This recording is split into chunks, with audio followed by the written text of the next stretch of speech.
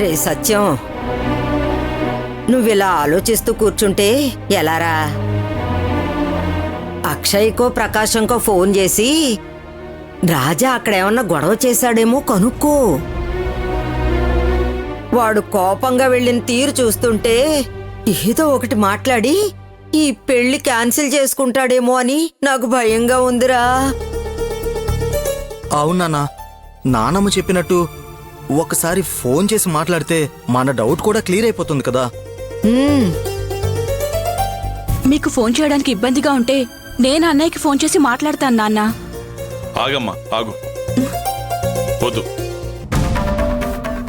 ఇలా ఎంతసేపు కూర్చుంటావురా? వాడు మూర్ఖంగా ఏదో ఒకటి చేసేలోపు నువ్వు ఫోన్ చేసి వాళ్ళకి విషయం చెప్పు సత్యం. లేదమ్మా, రాజా ఇంట్లోంచి కోపంగా వెళ్ళినా అక్కడికి వెళ్ళాక అక్షయ్తో మాట్లాడగానే వాడి కోపం మొత్తం తగ్గిపోతుందమ్మా. ఏంటో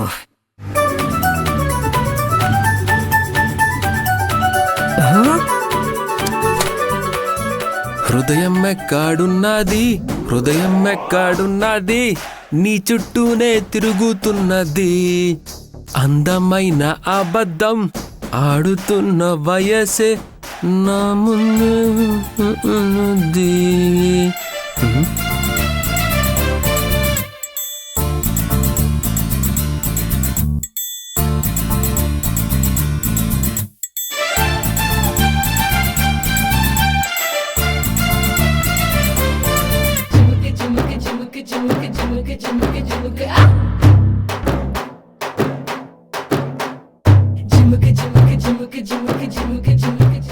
వీళ్ళేంటి విగ్రహాల్లో నిలబడ్డారు?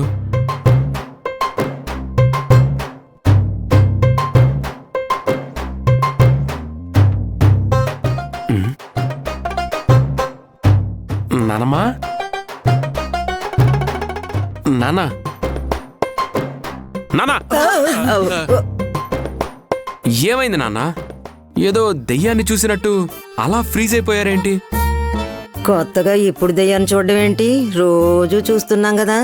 ఏంటి నానమ్మా ఏదో అంటున్నావు? అబ్బే ఏం లేదు రాజా. నువ్వు వెళ్ళేటప్పుడు కోపంగా మండే ఎండలా సలసల కాగుతూ వెళ్ళావు కదా. ఇప్పుడేమో సంతోషంగా నవ్వుతూ చల్లటి వెన్నెల్లాగా పాడుతూ వస్తున్నావు. నీలోని అద్భుతమైన ఈ మార్పును చూసి ఎలా స్పందించాలో తెలియక ఇదిగా ఇలా ఇలా ఇలా స్పందించామన్నమాట. ఏమైంది రాజా? చెప్తే మేం కూడా సంతోషిస్తాం కదా. ఏం లేదు నాన్న, నేను ఇంట్లో నుంచి వెళ్ళేటప్పుడు నాకు అక్షయ్కి జరిగిన గొడవ వల్ల కోపంగానే ఉన్నాను. దాంతో ఈ పెళ్లి ఆగిపోతుందేమో అన్న టెన్షన్తోనే వెళ్ళాను.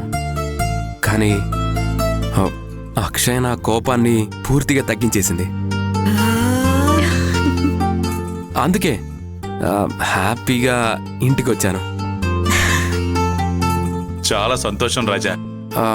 నాన్న, ఇకపై నాకు అక్షయ్కి గొడవ జరగకుండా ఉండాలంటే అది మీ ఫ్రెండ్ చేతుల్లోనే ఉంది.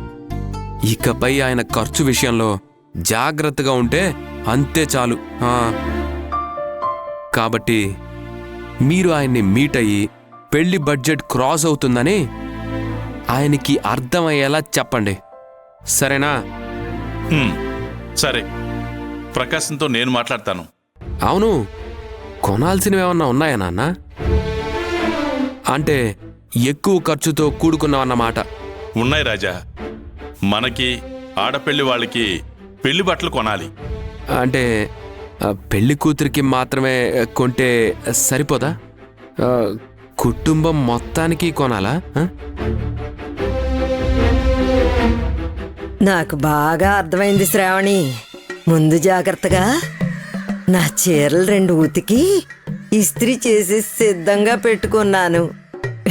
వీలైతే నువ్వు కూడా. నాన్నమ్మ, కాసేపు సైలెంట్ గా ఉండు.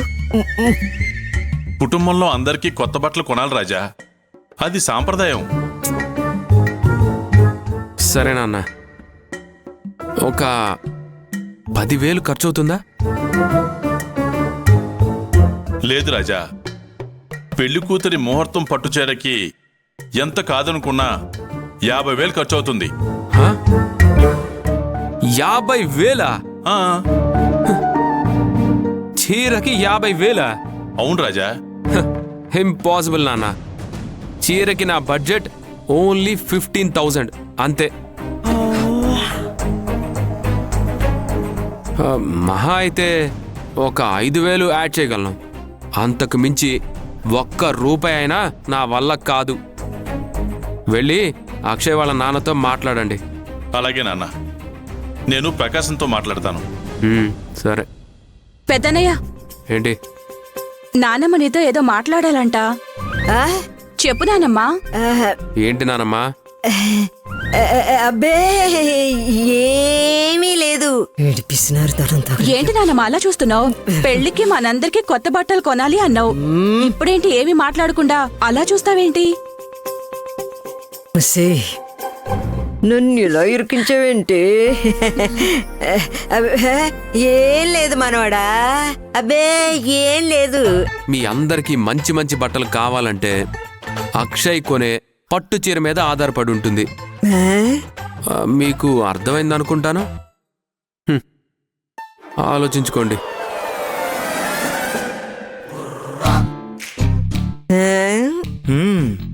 నెక్స్ట్ పెళ్లి గొడవ పార్ట్ 2 టెక్స్టైల్ షాప్ లో స్టార్ట్ అవుతుందన్నమాట.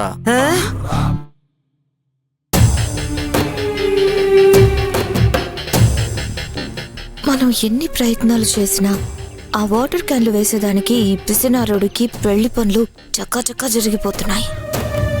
వెడ్డింగ్ కార్డ్స్ వరకు వచ్చేసారు, కానీ మనకి సరైన ప్లాన్ ఒక్కటి తట్టట్లేదు.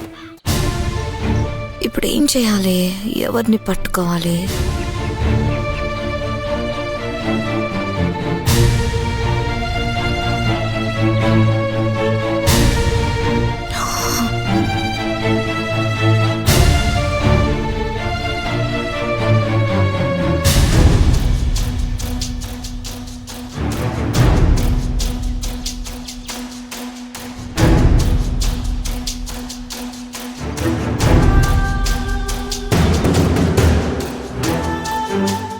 ఆ రత్నవల్లి వాలంటరీగా వచ్చి ఫోన్ నెంబర్ తీసుకుని వెళ్ళింది. మరి ఇంతవరకు ఫోన్ చేయలేదేంటి? మన ప్లాన్లో భాగంగా ఆ రత్నవల్లిని వాడుకుంటే ఎలా ఉంటుంది? వర్కౌట్ అవుతుందా?